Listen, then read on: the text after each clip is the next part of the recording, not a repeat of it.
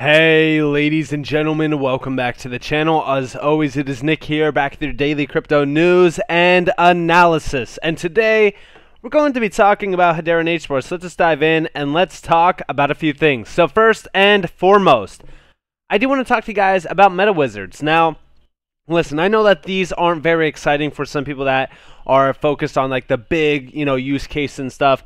But I think that this is good for the overall NFT community on Hedera. Remember, for the longest time, Ethereum has succeeded off of just mainstream NFT attention and adoption. So when we look at the NFT community on Hedera really kind of blossoming into a massive one, that's very exciting. These will be minting on October 7th, and I do think that the art for this is pretty significant. We could actually just play this quick video. So here you guys have a little bit of a teaser for it.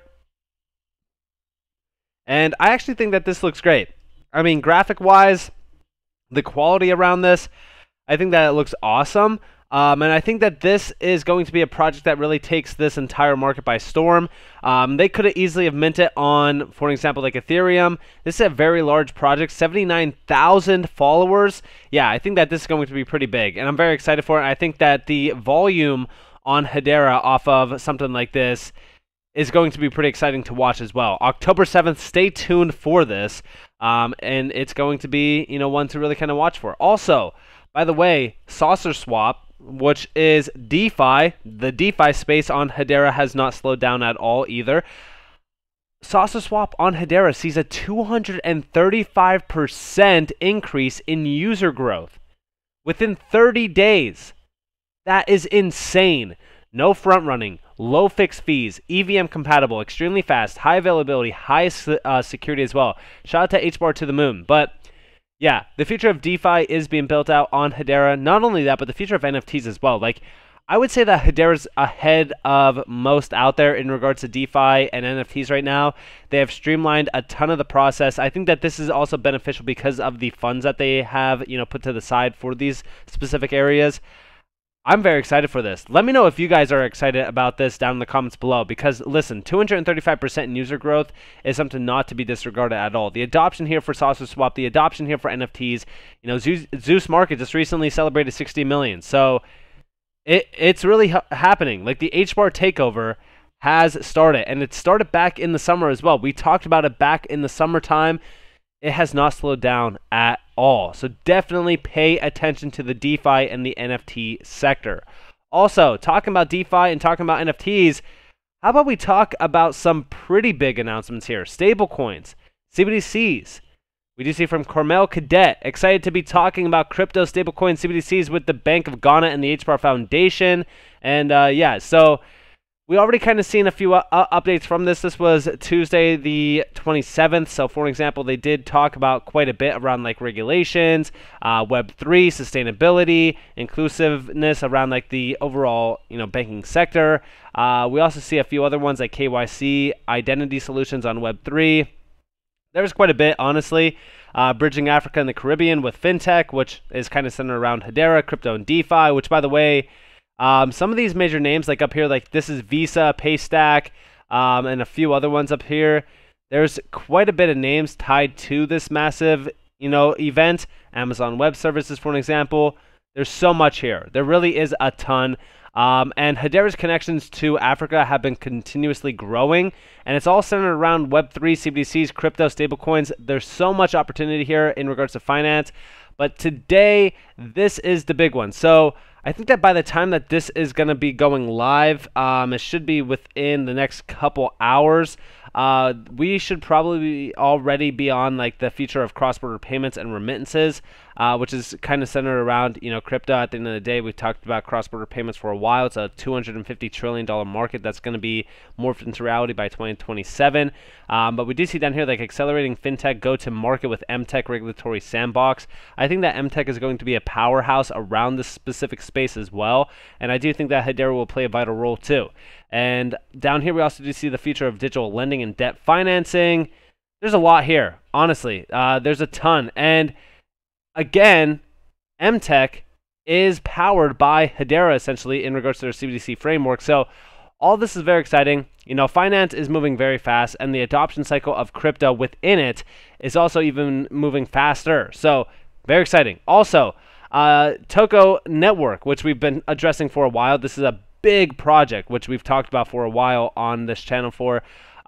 Digital asset creation engine Toco Network has been granted a provisional virtual assets license by the Dubai Virtual Assets Regulatory Authority, VERA. Toco, which we work with in collaboration with, is opening a Dubai office as its Middle East regional HQ. This is exciting. We do see Toco receives provisional virtual assets license from Dubai's Virtual Assets Regulatory Authority. They delivered in collaboration with DLA Piper, has been granted a provisional virtual assets license by Dubai Virtual Assets Regulatory Authority as it undertakes the in-depth process of applying for a license in accordance with VERA requirements. But down here is what I want to talk to you guys about. So first off, this is all for enterprise and institutional clients. But what they are really kind of talking about is becoming a global hub for virtual assets and financial innovation, especially with the government's test, adapt, evolve approach to regulatory policy and market oversight. So that's what Dubai's main focus point is. And we do see Dubai's new regulatory framework provides the right environment for innovation, and I believe Dubai's newly formed virtual assets ecosystem will provide a launchpad to deliver on our vision to democratize finance and empower value creation. This is all powered by Hedera. This is huge. And we do see Toco has presence in Hong Kong, United Kingdom, and North America, and the establishment of the Dubai office as its regional headquarters in the Middle East will strengthen Toco's mission of helping clients solve the inefficiencies of today's capital markets by leveraging the best of distributed ledger technology. Toco is an award-winning virtual asset creation and management solution delivered in collaboration with global law firm DLA Piper, who were recently named winner of the Innovation in Digital Finance category of the Financial Times Asia Pacific Innovation Law Firm Awards for its work with Toco. And remember what I said, right? So not only are they a global name, like Toco has, not only expanded rapidly, but they continue to. But look at all the sectors that they are focused on. Consumer goods, food and retail, energy and natural resources, financial services, industrials, infrastructure, construction and transport, insurance, life sciences, media, sport and entertainment, real estate, and technology. And by the way, there's a ton here in regards to real estate. I know that it only says hospitality and leisure, but if you go over to the services and you actually look at real estate, look at all of the major areas that they are focused on, Toco is a huge name. I'm actually very excited about Toco. I don't know where it was on their website, but I used to have like a full-on breakdown of Toco on here. Let me actually check out if we can grab that real quick, just because of the substantial overall idea around what this really is going to become is pretty large. This was a little bit of a session from them. It was Toco real-time tokenized budgets with ServiceNow and Hedera DOT. That's going to be pretty big. But I wanted to talk to you guys a little bit. So it was actually right there. I apologize. So let me go to the use cases and just share with you guys a few of the use cases here. So we talked about this in a video previously. We talked about a wallet to really kind of tokenize all of these, major areas like real estate, fine art, all of this. At the end of the day, this is very large, and they are already utilizing Toco currently right now around real estate. For an example, structuring a 20 million, token offering for a real estate developer to finance a Hong Kong hotel renovation. They also have a ton of other ones here around like property. Like the main one at first is going to be real estate that gets tokenized, and that's at over $300 trillion market anyways. It's going to be very large. But you can definitely see why I'm very excited about Toco. It's going to streamline tokenization on Hedera to many of these major industries. Now, you might be wondering, okay, well, where does everything really kind of, start to move in regards to like the, mainnet, in regards to like TPS? That's going to happen in time. I know that everyone's kind of caught up in that just right now, but remember, we are still very well in a bear market, and we are not even in a utility-driven market. I know that the TPS on the mainnet is not very exciting. Most of the TPS on many of these other mainnets, like Solana or any other like massive network out there, most of it is just like lame transactions, and it's really blanketed transactions too. Like it's testnet transactions are kind of thrown in there on some of these major networks. Like a lot of the transparency behind some of the TPS is not really there. On Hedera, I'm not trying to make an excuse for it. Like, trust me, I think that, the the mainnet having 0 TPS, for an example, is a bad look, and I don't think that's very exciting for anybody who is holding Hbar to really kind of see that. I think that things will change, in time. But right now, what we really want is a massive TPS demanding use case to go live, like Atma.io. That's the main one that we are waiting for, because obviously it is the fall timeframe. I just mentioned this in a video from the other day as well. But that is what we are awaiting, is just the announcement of it. Currently, though, I will say this. Tokenization is very exciting, because even from Citadel Wallet, for an example, like tokenized assets are the next big wave in crypto. Trillions of dollars will flow into DLTs, real estate, art and jewelry, stocks, gold and silver, etc. Regulatory compliant, trusted, truly decentralized, secure, and performant network like Hedera will be the DLT of choice. Now, it's funny, right? Because we just seen this article get posted by Cointelegraph, which is saying, will we live in a tokenized world sooner than later? And this is from Matrix Port co-founder, and they said that they don't doubt it. And it said almost everything could be tokenized in a 5 to 10 year span. This is very exciting. Cost efficiencies, improved liquidity, 24/7 market access, and the removal of intermediaries were the main advantages cited that blockchain infrastructure has over the current legacy systems. And this will also streamline, like I said, real-world tokenization of real estate. I think that that's a very exciting area of focus. We actually do see down here, like eventually all the major financial asset classes are going to be represented on this new financial infrastructure, and NFTs could be our instrument to represent off-chain assets like real estate deeds, equities, or bonds. We haven't really been seen off-chain assets being represented on-chain. We're now really only at like the first 3 to 5% of it. And, we do see down here that he is confident that the tide will turn. Earlier this month, a report from Boston Consulting Group, BCG, estimated that a total size of tokenized illiquid assets could reach about $16.1 trillion by 2030. We've actually talked about this, that this could happen by 2025.